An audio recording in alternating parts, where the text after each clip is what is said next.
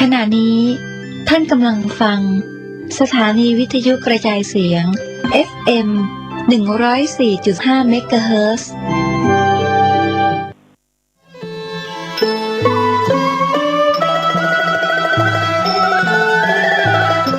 ขอเรียนเชิญศิษยานุศิษย์ร่วมพิธีเจริญพระพุทธมนต์สืบชะตาหลวงทักษิณานุปทานครบรอบ34 ปีการมรณภาพพระครูวรเวทวิสิทธิ์หรือครูบาธรรมชัยธรรมชโยครบรอบ107 ปีชาตการวันอาทิตย์ที่ 26 ธันวาคม พุทธศักราช 2564 กำหนดการโดยย่อดังนี้9:30 นาทีพระเถระเจริญพระพุทธมนต์สืบชะตา10:30 นาทีประกอบพิธีทักษิณานุปทานครบรอบ34 ปีมรณกาลหลวงปู่11 นาฬิกาถวายเครื่องไทยทานภัตตาหารเพลแด่พระสงฆ์12:30 นาทีมอบทุนการศึกษาให้นักเรียนจำนวน100 ทุนขอเชิญร่วมเป็นเจ้าภาพ 1. เครื่องไทยทานถวายแด่พระสงฆ์ชุดละ 1,500 บาท 2. เจ้าภาพทุนการศึกษาทุนละ500 บาท 3. เจ้าภาพภัตตาหารโรงทานตามศรัทธาติดต่อร่วมบุญได้ที่พระครูวิสิทธิ์บุญญากรเจ้าอาวาสหรือพระสมศักดิ์ปัญญาวโรรองเจ้าอาวาสบัญชีธนาคารกรุงเทพสาขาตลาดแม่มาลัยเลขที่ 458-0-169-367 ชื่อบัญชีพระอธิการอินคำจิตตปุญโญ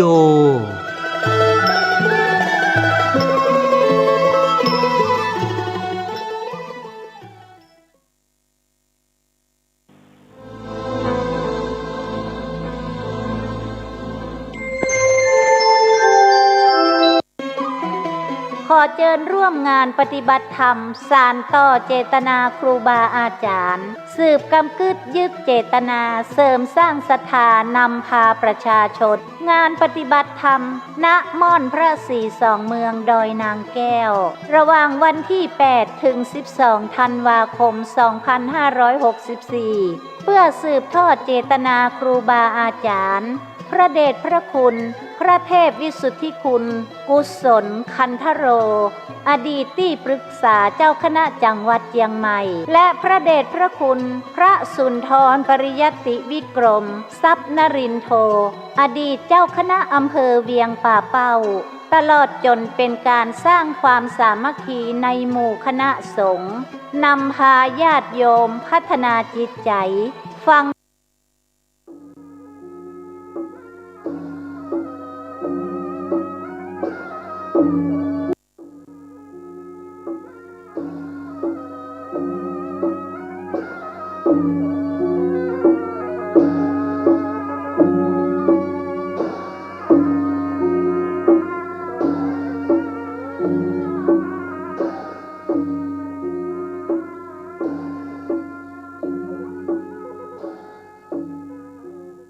ขอความเจริญในธรรม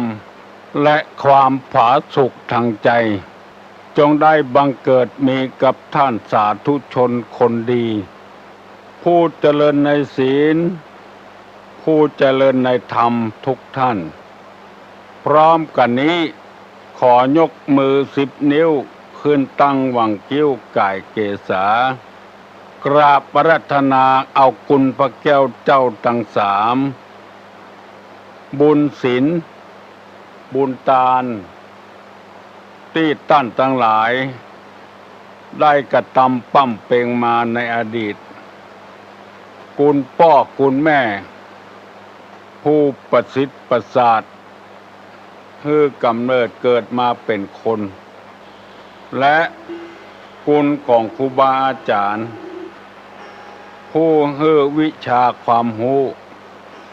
ตลอดถึงเสื้อวัดเสื้อวาเสื้อบ้านเสื้อเมืองพระสยามเทวาธิราชสิ่งศักดิ์สิทธิ์ทั้งหลายอันรักษาบริเวณคงเขตล้านนาไทยมีพระบรมธาตุเจ้าดอยสุเทพจังหวัดเชียงใหม่ พระบรมธาตุเจ้าหาริพุนชัยจังหวัดลำพูนพระธาตุเจ้าลำปางหลวงจังหวัดลำปางพระธาตุเจ้าจ้อแฮจังหวัดแพร่พระธาตุเจ้าแจ้แห้งจังหวัดน่านพระธาตุเจ้าดอยตุงจังหวัดเชียงรายพระเจ้าตนหลวงจังหวัดพะเยาและพระธาตุเจ้าดอยกองมูจังหวัดแม่ฮ่องสอนและบุญญาบารมีของครูบาเจ้าศรีวิจัยนักบุญแห่งล้านนาไทยเป็นต้นวันนี้เวลานี้ขอ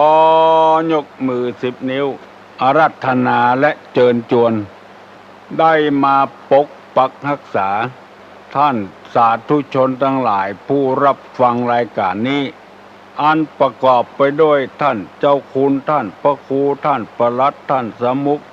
หลวงปู่หลวงป้องลูกเนนทั้งหลายท่านด็อกเตอร์ท่านพระครูขอตลอดถึงพ่อออกแม่ออกศรัทธานาบุญอยู่ทั้งนอกข้าราชการบ้านเมืองตำรวจทหารครูบาอาจารย์พ่อค้าพาณิชย์คนรับจ้างทุกหมู่เหล่าที่เปิดวิทยุรับฟังรายการนี้เพื่อได้มีความสุขกายและสุขใจสุขกายนั้นปราศจากโรคภัยไข้เจ็บมันร้ายแรงสุขใจนั้นปราศจากความโลภความโกรธความหลงความอิจฉาริษยาอาฆาตพยาบาทซึ่งกันและกันขอความสุขอันสมบูรณ์นี้บังเกิดมีกับท่านทั้งหลายเมื่อเจ้าวันนี้ทุกท่านตลอดกาลนานก่อนที่จะได้ดำเนินรายการนี้ขอเชิญชวนและอาราธนานิมนต์พระสงฆ์พระเจ้าลูกเนนทั้งหลายไหว้พระเพื่อให้เป็นสิริมงคลกับตัวกับครอบครัวกับการกับงานเดินทางขับรถขับลาค้าขายปกปักรักษาประเทศชาติบ้านเมืองกอดปืนแทนลูกแทนเมียในค่ายใหญ่ค่ายน้อยคือเป็นสิริมงคลต่อไปอะระหังสัมมาสัมพุทโธภควาพุทธังภวันตังอภิวาเทมิกราบสวากขาโตภควตาธัมโมธัมมังนัมมัสสามิกราบสุปฏิปันโนภควโตสาวกสังโฆสังฆังนัมมามิกราบหันธัมมยังพุทธัสสะภควโตปุพพาคณะมะกะลังกะโลมาเสนะโมตัสสะภะคะวะโตอะระหะโตสัมมาสัมพุทธัสสะ นะโมตัสสะภะคะวะโตอะระหะโตสัมมาสัมพุทธัสสะนะโมตัสสะภะคะวะโตอะระหะโตสัมมาสัมพุทธัสสะพุทธังสรณังกัจฉามิธัมมังสรณังกัจฉามิสังฆังสรณังกัจฉามิตุติยัมปิพุทธังสรณังกัจฉามิตุติยัมปิธัมมังสรณังกัจฉามิตุติยัมปิสังฆังสรณังกัจฉามิตติยัมปิพุทธังสรณังกัจฉามิตติยัมปิธัมมังสรณังกัจฉามิตติยัมปิสังฆังสรณังกัจฉามิอิติปิโสภะคะวาอะระหังสัมมาสัมพุทโธวิชชาจรณะสัมปันโน สุขโตโลกาวิทูอนุตตโลปุริสาธรรมสารถีสัทธาเทวะมนุษย์สานังพุทโธภควติสวากขาโตภควตาธัมโมสันติทิโกอากาลิโก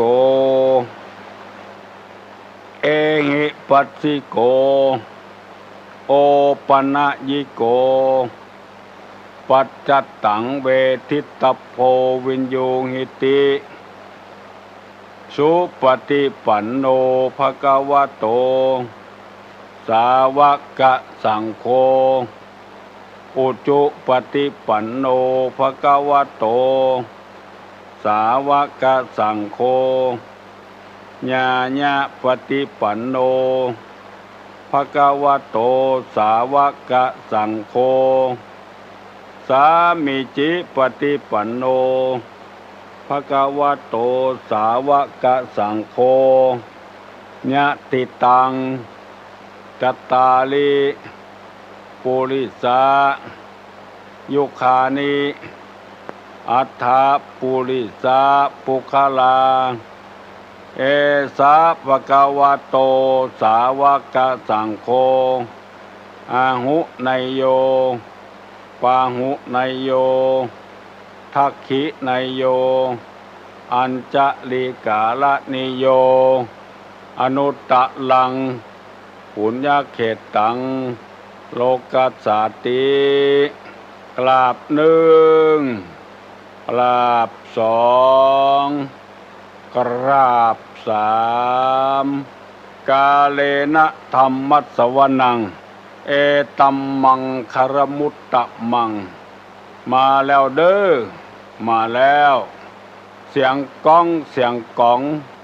เสียงมองต่ำเข้าเสียงพระสงฆ์พระเจ้าเทศนาธรรมมาถึงในวัดมาถึงบนกุฏิมาถึงห้องมาถึงในบ้านมาถึงบนเฮือนมาถึงในเฮือนมาถึงมุ้งถึงสุด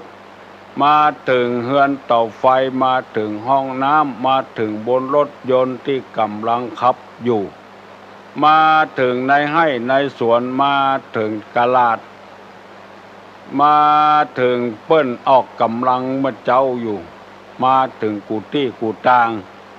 ที่ต้านผู้ฟังทั้งหลายกำลังอยู่ค่ายทหารค่ายตำรวจตลอดถึงทหารที่กอดปืนแตนลูกแตนเมียอยู่ชายแดนมากุฏิกุฏางนึ่งเอาธรรมะมาผู้ท่านทั้งหลายฟังอาจจะเป็นประโยชน์กับท่านผู้ตั้งอกตั้งใจฟังบ่มากก็น้อยทำงานไปล้างถ้วยไปโตยซักผ้าไปโตยนั่งเฝ้าให้เข้าไปโตยสายผักไปโตยแล้วฟังธรรมะโตยได้3อาหารก่อนทำอาหารได้อาหารทางกายกำลังเนี่ยการเนี่ยงานอยู่ได้อาหารทางมันสมองได้ความรู้เรื่องธรรมะธรรมโมนำธรรมะไปปฏิบัติได้อาหารทางใจแถมบริบูรณ์หมดเฮามีร่างกายสมบูรณ์เฮามีมันสมองสมบูรณ์เฮามีจิตใจสมบูรณ์หูได้ยินอยู่ตลอดเวลาร่างกายสมบูรณ์มันสมองหูอันใดผิดอันใดถูกก็มีมันสมองสมบูรณ์จิตใจอันใดผิดอันใดถูกก็สมบูรณ์ขอประกาศที่นี่ตยว่าขอบคุณยินดีกับเจ้าพี่นายน้องอุบาสกอุบาสิกาศรัทธานาบุญทั้งหลายพ่อหนานพ่อน้อยพ่ออุ้ยแม่อุ้ยตยได้ปะที่ไหนก็ได้บอกว่าฟังเนี่ยไหวพระเจ้าโดยตุลุงเวลาตุลุงปั่นปอนตอนสุดท้ายก็ยกมือไหวตัว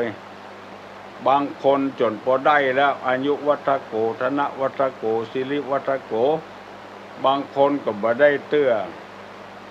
ไม่เป็นไรบ่เป็นหยังได้พ่องบ่ได้พ่องบ่เป็นหยัง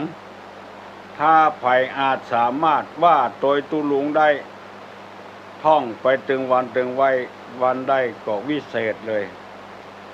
วันนี้จะเอากรรมบะเก่า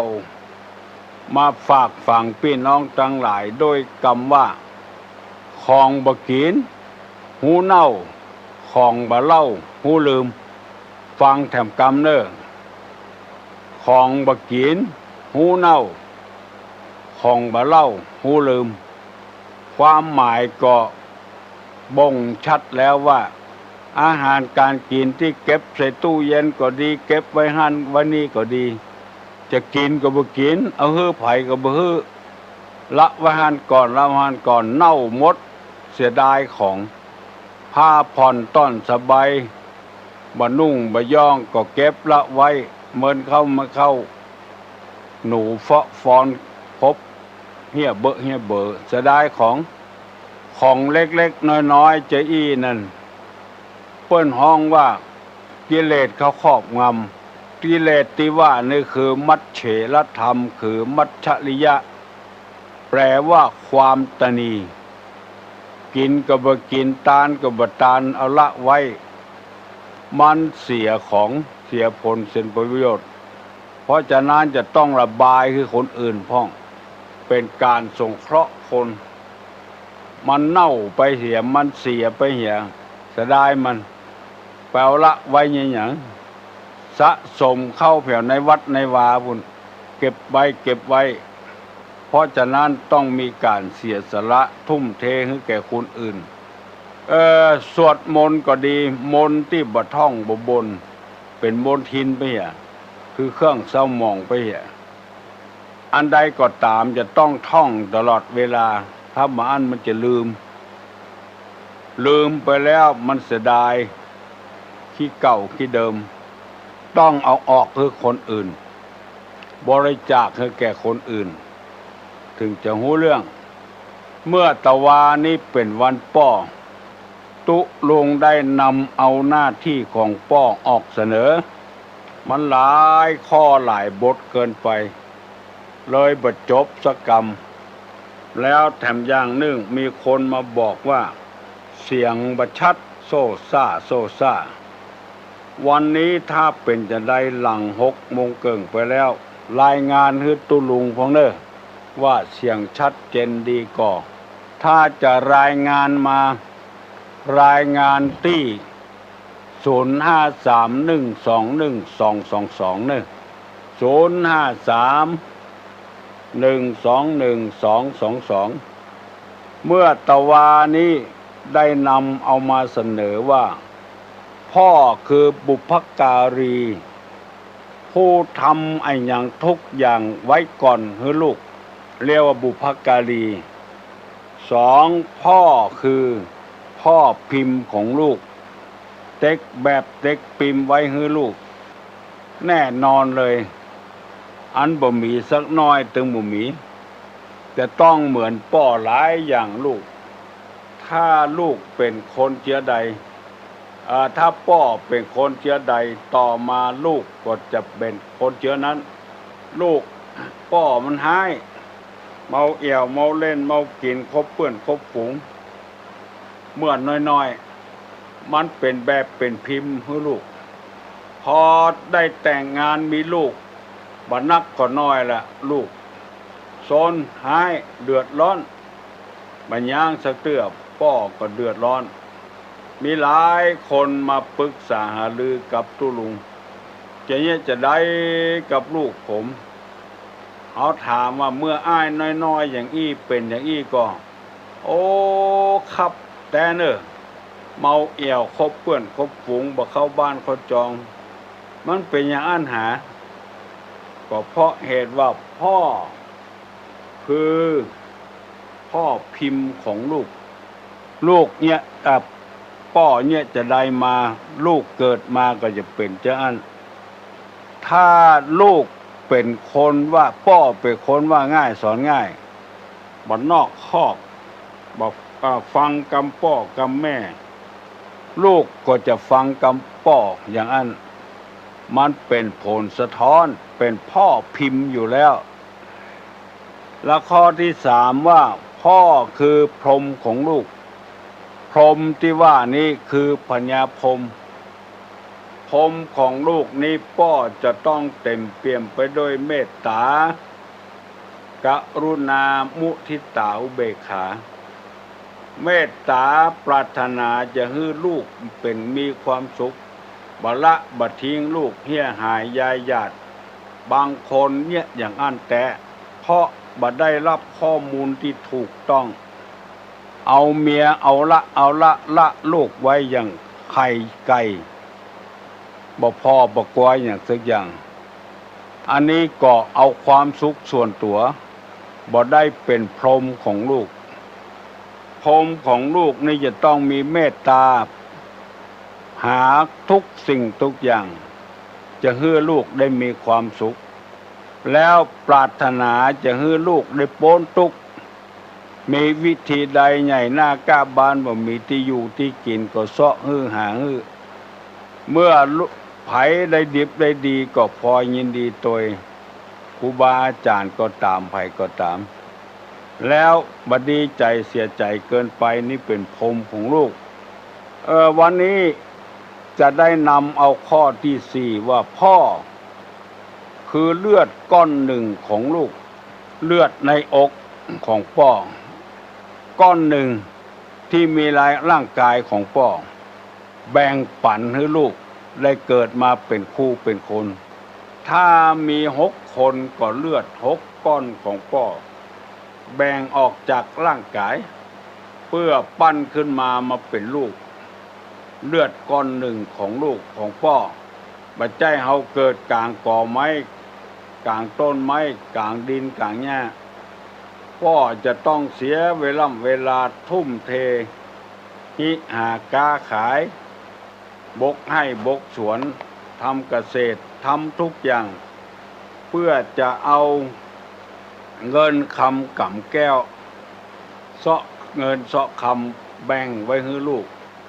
ส่งลูกเข้าเรียนซื้อผ้าซื้อครัวเจ็บเป็นเย็นอุ่นพ่อถ้ายังมีชีวิตอยู่พ่อเป็นผู้ดูแลใจใส่และทำไมตุลุงถึงเล่าเรื่องพ่อติ๊กแม่ยังมาเล่าพ่องเพราะว่าวันนี้ตะวาเป็นวันพ่อของชาติจะขอเล่าเรื่องพ่อเท่านั้นท่านทั้งหลายฟังเฮาในฐานะที่เป็นพ่อเกียมตัวไว้ทุกอย่างเดือดก็บ่ได้บนก็บ่ได้บางคนนี่ลืมไปว่าพ่อเฮาเดือดร้อนเท่าใดกับลูกพอลูกแป๊ดหูแป๊ดใจไปน้อยเดือดด่าว่าทำทุกสิ่งทุกอย่างเพื่อลูกพ่อของเฮาก็ทำแบบเนี้ยเพื่อลูกเพื่อเต่ามันสืบกันไปหน่วยไม้ถ้ายังเป็นหน่วยอยู่ก็ทำมือกิ่งก้านสาขาอ่อนโรยแรงไปโดยพอไปตกที่อื่นเกิดเป็นต้นเป็นก่อขึ้นมาต้นไม้ก็ต้องรับภาระช่วยลูกปีหนังมีเตื้องต้นไม้บางต้นนี่ตายเพราะลูกอย่างต้นกล้วยนี่พอลูกออกมานี่จำเป็นต้องตายโดยลูกทุกข์ยากลำบากแสนสาหัสเท่าใดก็ยอมเพื่อลูกพอออกปีออกกล้วยขึ้นมาไก่ใหญ่ขึ้นมาแล้วก็หมดแล้วยอมตายเพื่อลูกลูกทุกคนจะต้องรู้จักบุญคุณของพ่อผู้บังเกิดเกล้าแล้วเอาจะไปเดือดไปบ่นบ่ได้มันเป็นหน้าที่ของมันยอมตายเพื่อลูกเพื่อเต้าก็มีเพราะฉะนั้นพ่อจึงเป็นเลือดก้อนหนึ่งของลูกเลือดของพ่อก้อนหนึ่งของลูกแล้วข้อต่อไปว่าพ่อคือตัวอย่างอันประเสริฐของลูกคือหมายความว่าพ่อจะต้องทำเพราะลูกจะได้เอาเป็นแบบอย่าง ทำที่ว่านี่คือทำคุณงามความดีไว้ให้ลูกเป็นตัวอย่างที่ดีของลูกขอเมตตาอย่าไปก่อกรรมทำชั่วหวังผลประโยชน์ในชาตินี้ต่ออันบ้านเมืองจะบสันติสุขจะบ่มีความสุขไปลักของเปิ้นไปช่อไปโกงของเปิ้นเอามาเลี้ยงลูกเลี้ยงเต้าถ้าทำแบบนี้แล้วมันจะบัดเจริญรุ่งเรืองเพราะเฮาเป็นตัวอย่างอันประเสริฐอยู่แล้วตั้งแต่การอู้กันจ๋ากับลูกกับเต้าพยายามตั้งใจเอาดีๆบังคับจิตใจให้ดีๆบัดใจนับได้นับว่าต้องมีสติอู้กับลูกจะใดจะให้ถูกให้ลงกันบัดใจเอกปัดเอาใจตัวเฮาว่าลูกมาถามก็บอกคือเห็นดีๆบางรายนะใจอารมณ์เกินไปลูกใครหูถามเอกเสป่อเอาเอกเสลูกมันเข้าละอ่อนมันปึ้งอยู่กับป่อบ่มีความสุขแล้วอู้กำไดก็เอกก็ใส่เอกก็ใส่หาความสุขนอกบ้านไปคบเพื่อนคบฝูงที่บดีบดักเพราะต้นเหตุสาเหตุมาจากป้อเป็นตัวอย่างที่ประเสริฐอยู่แล้วเป็นสปะสะปืนเป็นครูบาอาจารย์เป็นศาลยุติธรรมที่สุดป้อขอฝากฝังไว้คือป้อทั้งหลายพยายามบัดใจว่ามีเงินมีคำแล้วลูกจะเป็นคนดีจะไปคิดอย่างนั้นมีตำแหน่งมีหน้าที่ดีเป็นเจ้าคนนายคนมีความรู้จบปริญญาแล้วลูกจะเป็นคนดีปัจจัยจะอ่านเพราะละพ่อแม่มีเงินมีคำลูกเป็นคนบดีก็มี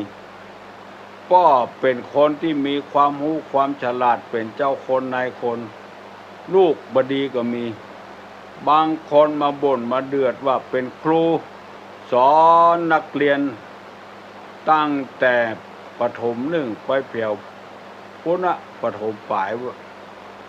รุ่นแล้วรุ่นเล่าแต่มีลูกคนเดียวสอนบ่ได้คนอื่นสอนได้แต่ลูกของตัวเก่าสอนบ่ได้มันเพราะอันอย่างจ้าเนี่ยก็เพราะว่าพ่อคือตัวอย่างอันประเสริฐของลูกคือทำเป็นตัวอย่างบ่ได้ดีกับคนอื่นนี่อู้ดีกับลูกกับเมียนี่อู้บ่ดีปากสัตว์ปากขว้างใส่กันหาความสุขอยู่ในบ้านบางคนเปิ้นขับใส่ลูกเจ้าใส่ลูกแม่เจ้าป้อเจ้าคุณแม่ขาคุณพ่อขาเพราะว่าเป็นตัวอย่างอันประเสริฐลูกก็จะได้เรียนแบบอย่างอู้ม่วนจาหวานเป็นจันเป็นเจิงอันนี้นำมาเสนอพี่น้องทั้งหลายขอให้ทำตัวอย่างอันประเสริฐแล้วก็ทำข้อหนึ่งป้อคือครูบาอาจารย์ของลูกอันแรกนี่บ่ใช่ครูบาอาจารย์สอนคือป้อเป็นคนสอนแม่เป็นคนสอนลูกห้องป้อห้องแม่พ่อแม่ได้ยินลูกห้องพ่อแม่ก็ใจดีเป็นครูบาอาจารย์ของลูกในพระพุทธศาสนานี้ยกย่องครูบาอาจารย์บุพการีคือใครบ้างเพิ่นจะมีข้อหนึ่งบิดามารดาสองครูบาอาจารย์เพราะฉะนั้นครูบาอาจารย์จะต้องเป็นครูบาอาจารย์ที่ดีสอนลูกในทางดีอย่าไปสอนลูกให้เป็นโจรเที่ยวลักเที่ยวขโมยของเปิ้นนิทานเปิ้นเล่าไว้ว่ามีครอบครัวหนึ่งพ่อตายละเหียก่อนเหลือลูกอยู่กับแม่ลูกก็ดีแสนดีไปชักชอบลักเข้าลักของลักสมบัติของคนอื่นเอามาขายเอาไปเอี่ยวพ่องเอามาให้แม่พ่องโอ้แม่เปิ้นได้เงินได้ทองจากลูก ก็ดีอกดีใจ ยุยงลูกไปรักแถมเมินเข้าจนละอ่อนใหญ่ขึ้นมาย่ามใจไปลักของเปิ้นไปจี้ของเปิ้นไปปล้นของเปิ้นตำรวจยับได้พอยับได้แล้วเปิ้นจะเอาไปสอบสวนไปอ้อนวอนว่าขอลูกข้าคืนมาเถอะลูกข้าบ่เคยทำผิดสักเตื้อเป็นใจลูกโอ้ยากลำบากแก่การจับการยับลูกชาวบ้านเพราะแม่ไปคัดขวางที่สุดมาลูกก็เริ่มคานละม้อยเฮ้ยมาทับขอแล้วเมื่อลูกลักเล็กขโมยน้อยพอหายพอดีแม่ยังบัดตักบัดเตือนบัดเดียวนะลักของเปิ้นจี้ของเปิ้นปล้นของเปิ้นมันของใหญ่แล้วเป็นตาแม่บ่สั่งบ่สอนลูกเหี่ยก่อนแล้วเปิ้นยับครั้งนี้มาเสียอกเสียใจนิทานเรื่องนี้เกิดขึ้นมาเมินแล้วพอตุลุงอ่านหนังสือได้ก็อ่านได้ก็รู้เรื่องละเป็นตาป้อเป็นครูที่บดีให้ลูกเป็นครูบาอาจารย์ที่บดีเพราะฉะนั้นลูกจึงถูกคอกถูกขังมันเกิดขึ้นมาจนกระทั่งปัจจุบันนี้3 จังหวัดภาคใต้ไปเผาหั่นเผานี่ตำรวจยับได้ปลุกระดมกันปากันไปแวดโรงพักตำรวจหาว่าตำรวจยับคนผิด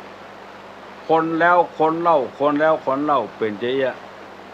ตำรวจก็โอ๊ตบ่ได้ก็ปล่อยฮะแล้วเมื่อใดบ้านเมืองมันจะสงบสักเตื้อหาว่าลูกบัดเนี้ยลูกบ่ไปเผาเป็นใจลูกเป็นครูบาอาจารย์ที่บดีแต่ไหนแต่ใดมาแล้วจนเต้าฮอดบ่เดียวพอเปิ้นยับได้ก็ไปแวดโรงพักขอเงือตำรวจปล่อยว่าเปิ้นยับคนผิดยังบ่ได้สอบสวนสืบสวนเตื้อ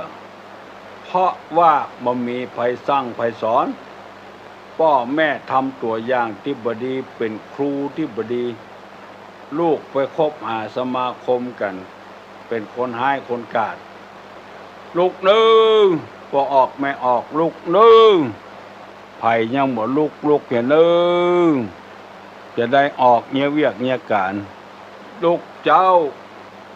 ได้กินพักตั้งฝ่ายลูกขวายได้กินพักตั้งเก้าบัดตานเปิ้นแล้วไผยังบ่ลูกอย่างนึง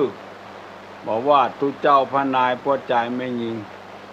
เปิ้นไปกาดพอมาแล้วเฮายังบ่ลูกเตื้อจมอยู่ที่นอนอย่าไปเป็นขี้ข้าทาสของความขี้ค้านหนึ่งความขี้ค้านนี่ถ้าเป็นเจ้าของไผแล้วหมดท่าแล้วลูกล้างหน้าล้างตาอาบน้ำอาบหนองเหี้ยให้มันสดชื่นลูกเน้อประเดี๋ยวนี้6:40 นาทีละฮัลโหลครับฮะบอกให้ชาร์จไปเหรอโทรศัพท์ก็เหมือนกันนะแป๊ดอย่างอันหาวิทยุอื่นเข้าเนาะฟังที่ไหนฟัง96แต่ที่ดอยสะเก็ดฟังขึ้นพระพุทธศาสนาฮะฟังพุทธศาสนาบอกให้ดีอันแต่เสียงซ่าๆเซ่ๆไปเหรอบัดเดี๋ยวนี้ชัดก่อนฮะฮัลโหลโหยังดักวิ่งไปเหรอเปลี่ยนเสียงซ่าๆเซ่ๆไปเหรอที่อื่นเราเป็นจะได้ที่อื่นเป็นจะได้ลองโทรเข้ามาตุลุงเรา1212222ที่อื่นชัดกว่าชัดเจนดีกว่าเสียเวลาไปเห็นแล้วเนาะได้ยินบ่ชัดฮัลโหลชัดเจนดีกว่าทางดอยสะเก็ดบ่ค่อยชัด ยินดีเนอะรายงานมือทราบมีอันอย่างทำพ่องก็จะเพิ่มเติม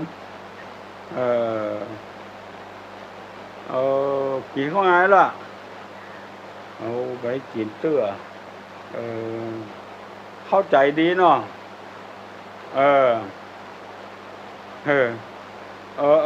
เจริญพรเนอะ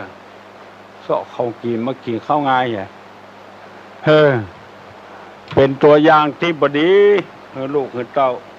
ป้าเตื้อก็โคตรคือลูกบอกอู้กับลูกก็มี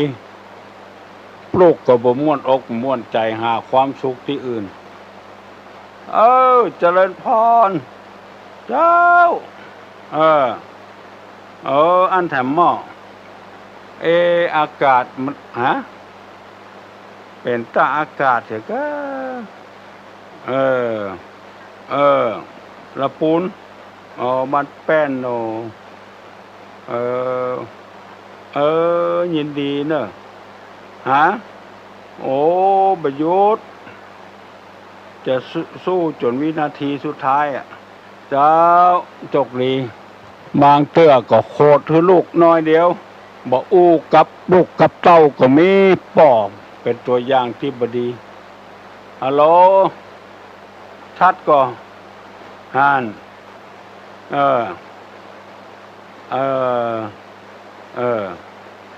โอ้เจ้าเปิ้นต่อไม้มาฮื้อแผ่วในห้องพึ่งยาวจะเปิ้นครึ่งกิโลฮัลโหลโอ้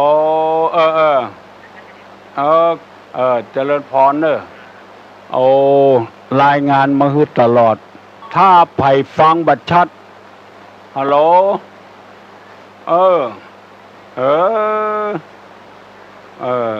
อยู่ไก่วัดตุลุงวะฮะโอ้เปิ้นรายงานมาอยู่ตลอดวะสวะหูพ่อบ่ได้สวะหูก็มาละสวะหูก็มาละเปิ้นรายงานฮื้อตลอดป้อบางคนเป็นอย่างอันอย่างที่ตุลุงว่าแต่ฮัลโหลชัดเจนดีบ่เจริญพรถ้ามาไม่ริมก็มาติดวัดตุลุงถ้าไปเวียงก็ไปเถอะ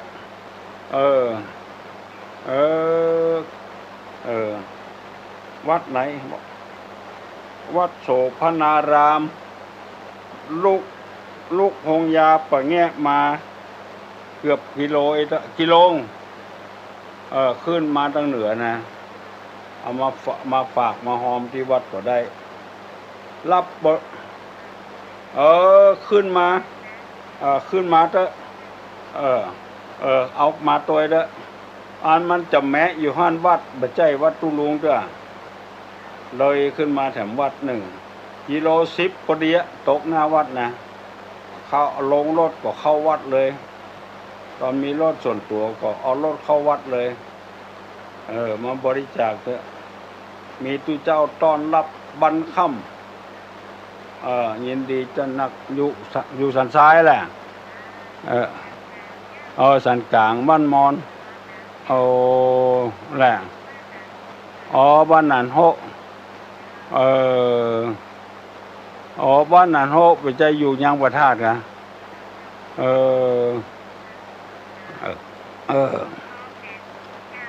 แม่ฟองทองแต่งสุขเจ้าโชคดีเนอะขับขังวันนี้หมูกินลายปุ่นละโทรมาได้เนอะ1212222ฟังชัดกับบัดชัดกับอากาศมันก็ตึงขมุกขมัวนะมันฝืนธรรมชาติอย่างเงี้ยดีใจตัวเนอที่รายงานมาฮื้อทราบมาฮื้อโห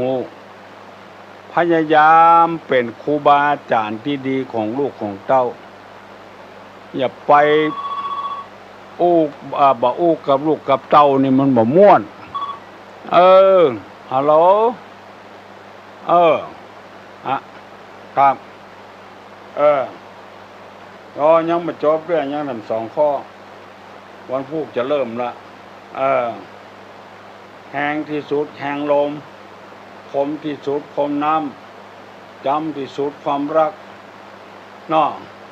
รักที่สุดขันธ์ห้าบ้าที่สุดคือบ้ายศเนาะกดที่สุดคือกดใจจดไว้แหละมีอยู่ทำสองข้อหารกะเอาเยี่ยมยอดทำน้อยเอากระจายให้ลูกให้เต้าได้ยินจึงพยายามแสวงหามาให้ฟังเนาะคือระวังไว้เนอะหมู่นี้นะเป็นจังซอกะอันยังชื่อกันตา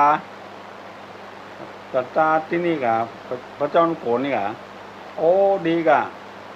เอาไปกระจายด้วยเนอะมีอยู่เนอะมาเอาเถอะเอาไว้เตียนโต๊ะทำงานนี่นะมาปะไผ่ก็บอกแล้วบอกกระตุ้ลุงละดอยสุเทพว่าฮื้อทำ7 ลิ้นทำ100เข้าดูตั้งไอ้เขาได้มาเอาเนอะปฏิทินปืนเมืองน่ะปฏิทินปืนเมืองครับโชคดีเนอะครับจ้างซอจดเอากรรมของตุลุงออกอากาศถึงวันแล้วจะไปกระจายค่อยบ้านค่อยเมืองยินดีตัวเนอไอเนอฮัลโหลในเมืองละปูนก่อนที่ไหนวันที่หยังวันที่บ้านที่กะบ้านหยังบัดได้ไปมันไปตัดที่ไหนแล้วก็มันเป็นลูกศิษย์นะเป็นลูกศิษย์อยู่วัดเนี้ยจันม่วนน่ะน่ะแล้วแม่ลิมนี่มี2 ตัวเนี้ยไปกะเมินนั่นน่ะยินดีเนอะฟังจะเจริญพรฟังเพียรละปูนปุ่น12122มีเวลาอยู่แถมเนอกันกันส่งข่าวเข้ามาได้ฮับกะบ่ได้ฮับกะอิดจังมันอดเอาฮัลโหลฮะสวัสดีฮะเมื่อไหร่ไว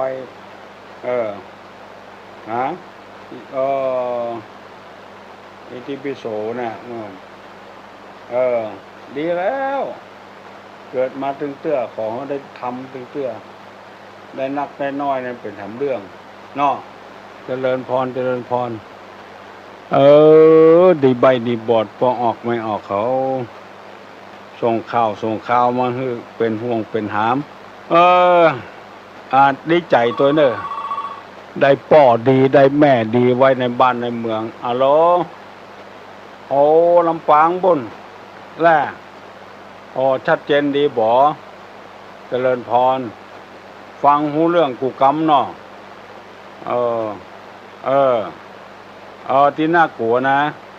ยังมีอยู่เนอะยังมี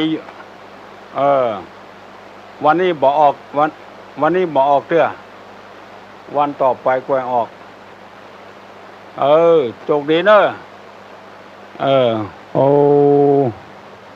ดีแต่เฮา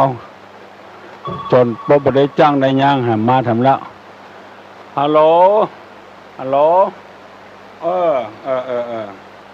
ตอนต้นม่วงใต้บ่เพิ่นจะมีเพิ่นมีปหลวงฮะปหลวงนะฟังตลอดแหละเจ้าสาธุลูกหลานปันปอนเฮ้ก็จะไพ่อีเขาลำน้ำลงนอนรับเจ้า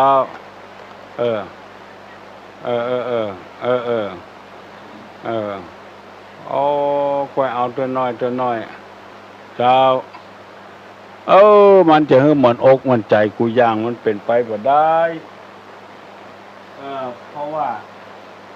ตัวเฮายังบ่เชื่อใจตัวเฮา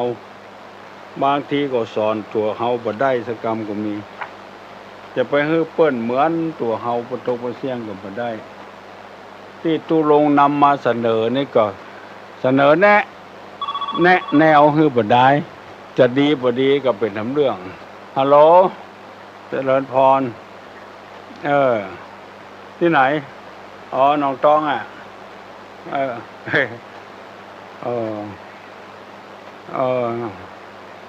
อย่าพูนเดือดปุดท่ออย่าพูนส่วนหลวงคำนี้อย่าไปมาเด้อห้ามขึ้นศาลาอย่าพูนเดือด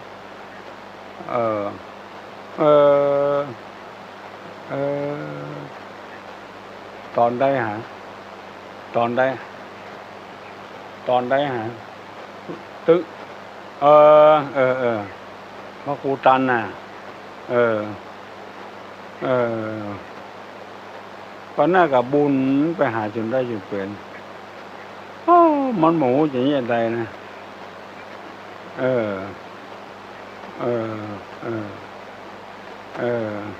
ก็ดีแล้วไปมันแล้วเนาะแล้วคิดแล้วกันมันเป็นเจ้าเฮาก็ทำหน้าที่ของเฮาแล้วเปิ้นขอเอาก็ไปทำเปิ้นบ่ขอเฮาโล่นไปเงี้ยก็บ่ดีเปิ้นขอนิมนต์เปิ้นขอจ้อยก็ไปจ้อยเปิ้นเหียก็ไปแล้วกันไปเหียบ่ทุกข์บ่ยากเอาแล้วเนาะก็ออกแม่ออกศรัทธานาบุญทั้งหลายปนมมือเนิดตุลุงจะปั่นปอนนะเน้ออายุวัฏโกธนะวัฏโกสิริวัฏโกนัสสะวัฏโกปละวัฏโกวันนะวัฏโกสุขวัฏโกตุสัพพตาทุกขโลกาพญาเวลาโสกาจันตุจุปัตตวาอเนกา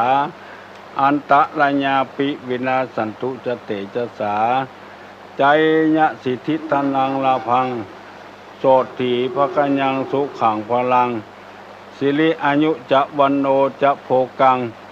วุฒิจะยะสวาจตาวาสาจะอายุจะจีวสิทธิภวันตุเตสัพปิติโยวิวัชชันตุสัพพะโลกโควินาศตุมาเตภวะตวนตะลาโยสุขีติคายุกุภวะอภิวาตนะสีริสานิจังวุธาปจายโนจัตตาโลธรรมาวัฏันติอายุวันโนสุขังปะลัง